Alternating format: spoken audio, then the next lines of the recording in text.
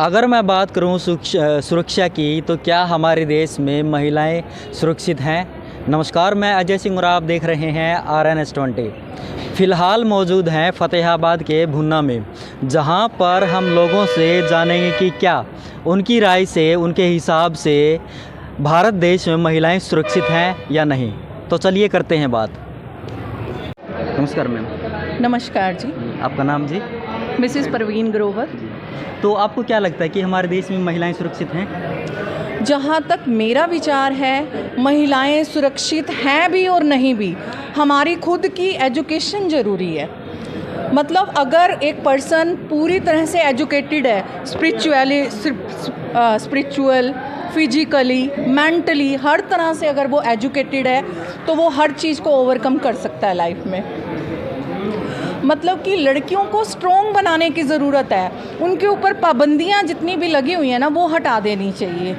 मतलब उनको पूरा खुला उड़ने देना चाहिए, ताकि वो लड़कों के साथ, जैसे लड़कों के साथ ट्रीट किया जाता है ना, पेरेंट्स जैसे लड़कों के साथ ट्रीट करते हैं, अगर पेरेंट्स और सोसाइटी, फैमिली वाले अगर किसी लड़की के साथ वैसा ही ट्रीट करेंगे जैसा लड़कों के साथ ट्रीट किया जाता है, तो वो दिन दूर नहीं है कि लड़कियां बिल्कुल सुरक्षित होंगी, और वो भी 12 बजे भी रात को सड़क पे खुलेआम निकल सकती है। थैंक। 2-3 दिन पहले की बात करो, झारखंड के दुमका में एक लड़की को जिंदगी जला दिया गया, जिसका नाम अंकिता है।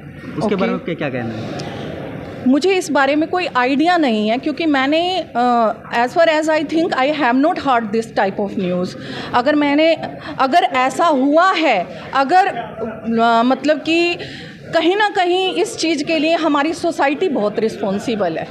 सोसाइटी भी रिस्पॉन्सिबल है, और मैं ये कहूँगी कि फैमिली मेम्बर भी, और हमारी एजुकेशन भी, हर चीज़ रिस्पॉन्सिबल है कहीं ना कहीं, हर चीज़ इस चीज़ के लिए।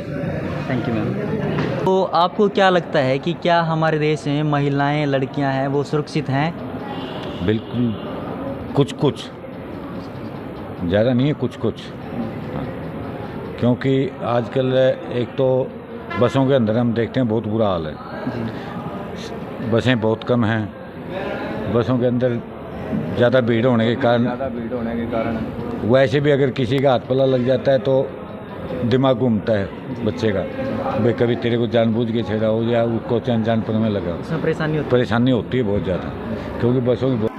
अगर मैं कल की बात करूं, तो कल फ़तेहाबाद टोहाना रेलवे ट्रैक पर मैं बात करूं, एक महिला को धक्का दे दिया है कि युवक द्वारा। इस बारे में क्या कहना है? ये बहुत निंदनीय है। और बताया ये जा रहा है कि महिला से छेड़छाड़ कर रहा था वो लड़का, तो अगर उसने विरोध किया तो उसने उस महिला को धक्का दे दिया और उस महिला की मौत हो गई। ये तो बिल्कुल, अगर ये ऐसा कारण हुआ है तो ये तो बिल्कुल ही शर्मनाक है। ऐसा दोषी को तो कड़ी से कड़ी सज़ा मिलनी चाहिए, और उसके पास में रहने वाले आदमियों को भी थोड़ा वो ध्यान देना चाहिए था, भाई ये क्या कर रहे हैं, मुँह को के मत बैठना चाहिए था। यही तो थी बात है फ़तेहाबाद ज़िले की। अगर मैं पूरे भारत के झारखंड से बात करूं, झारखंड के दुमका से एक अंकिता नाम की लड़की है, जिसको जिंदा जलाया गया ना जी। इसी प्रेम प्रसंग के चलते। लड़की ने विरोध किया तो लड़के ने गुस्से में उसको आग लगा दी। ये भी बिल्कुल गलत है जी। शिक्षित की सबसे बड़ी बीमारी है बेरोजगारी की। लोगों के पास बेरोजगारी इतनी हो गई है बहुत ज़्यादा। पढ़े लिखे बच्चे फिरते हैं, घर में इतना ब्योंत नहीं होता, तो वो धंधा उनको मिल नहीं रहा, वो क्राइम करेंगे और क्या करेंगे। अगर उनको सर्विस मिल गई, जैसे भी मिल गई, या कॉन्टैक्ट पर दो, कोई दिक्कत नहीं है। वो अगर रोज़गार मिल गया तो रोज़गार मिलने के बाद वो 100 बार सोचता है, भाई तेरे को नौकरी मिली, तेरी नौकरी चली जाएगी या रुक जाएगी। और एक अकेला वो ऐसे फिर जाता ना, उन्हें सोचा ऐसी तो रोटी जेल में खानी है, उसका दिमाग घूम जाता है, और इसलिए भाई यहाँ खानी है, तो इसलिए क्राइम बढ़ रहा है। बेरोजगारी क्राइम की सबसे बड़ी बीमारी बेरोजगारी है। अगर बेरोजगारी देश के अंदर खत्म हो जाती है ना, तो क्राइम होएगा नहीं। लेकिन एक ये भी तो बात है, आदमी को अपना अपना काम मिल जाएगा। एक ये भी तो बात है ना कि सरकार सभी को रोजगार भी तो नहीं दे सकती। सभी को नहीं दे सकती। फौजी नाम है सर। तो आपको क्या लगता है, क्या हमारे देश में महिलाएं सुरक्षित हैं? बिल्कुल है, कि जैसे कानून की सख्ताई देखते हुए छेड़छाड़ का माहौल है। जो मतलब कॉलेज वगैरह में जाते हैं लड़कियां, जिप्सी भी रहती है तनाते मौके पे, कोई दिक्कत नहीं है, कोई दिक्कत परेशानी नहीं है, एकदम ओके है। मतलब महिलाएं सुरक्षित है हमारे देश में? हाँ बिल्कुल सुरक्षित है, लड़के भी समझने लगे हैं, लड़कियाँ भी समझने लगे, ऐसी बात नहीं है, सही रहते हैं ढंग से, मतलब कि कोई दिक्कत कोई परेशानी वाली बात नहीं है ऐसी। अगर मैं कल की बात करूं तो कल फतेहाबाद में ही अपने शहर में एक महिला को ट्रेन से धक्का दे दिया गया। देखो सर, वो तो ना एक इंसानियत की बात हो सकती है, ठीक है, कि किसी में है किसी में नहीं है, ठीक है, समाज है, सारे अलग अलग प्रकार की दुनियादारी है, अलग अपनी अपनी सोच है। वैसे हमारे भुन्ना शहर में जो सिस्टम है इस हिसाब से वो की रिपोर्ट है, कोई दिक्कत वाली बात नहीं है। भुन्ना शहर में अच्छा माहौल है? हाँ भुन्ना शहर में मेरा कहने का मतलब ये है कि बहुत अच्छा माहौल है, कानून को देखते हुए, सुरक्षा को देखते हुए बहुत कुछ बढ़िया है, सुधार है, काफ़ी है, पहले से बहुत ज़्यादा सुधार है। आपको क्या लगता है कितने % महिलाएं सुरक्षित है भुन्ना में? भुन्ना में मेरे हिसाब से 100% ही है। 100%? हाँ मेरे हिसाब से, मेरी एज के हिसाब से 100% है। 22 साल का हो गया हूँ मैं, लेकिन तो मेरे को मतलब नॉलेज है जो। आप भुन्ना से ही हो? हाँ मैं नहीं, बैजलपुर से हूँ मैं। हाँ। अच्छा, क्या नाम आपका? मेरा नाम संजय है। तो आपको क्या लगता है कि कितने % महिलाएं भारत देश में सुरक्षित हैं? नई पीढ़ी को अगर हम देखते हैं तो मुझे लगता है कि सेफ़ है, लेकिन कुछ ऐसी बुराइयां हैं हमारे समाज में, ख़ास तौर पर जो युवा है, मतलब भटक रहा है आज का युवा भी, तो इस वजह से भी मतलब हम ये तो नहीं कह सकते कि 100% सेफ़ है, बट 80% या 85% तक सुधार हो रहा है धीरे धीरे। एजुकेशन अगर आगे आ रहा है तो फिर इन चीज़ों में सुधार हो रहा है, लेकिन लैक ऑफ एजुकेशन के कारण हमारे देश में हो रहा है, मतलब कमी उसकी वजह से है। लेकिन लगातार हम ये देख रहे हैं कि हमारे देश में महिलाओं से छेड़छाड़ खाने के केस आ रहे हैं। ये भी हो रहा है, लेकिन बहुत बुरा है। लेकिन ये इसकी वजह क्या है, इसका कारण क्या है? कारण तो इसका सबसे बड़ा कारण तो अगर देखा जाए तो कहीं ना कहीं एजुकेशन की कमी है, क्योंकि हमारा समाज जब तक शिक्षित नहीं होगा तब तक तो आप मान सकते हैं कि हम कुछ भी बाकी चीज़ें हो ही नहीं सकती। तो यही कारण है सबसे बड़ा, तो एजुकेशन की कमी के कारण है। तो आपको क्या लगता है कि क्या हमारे देश में शिक्षा और महिला सुरक्षा दोनों ही कमज़ोर हैं?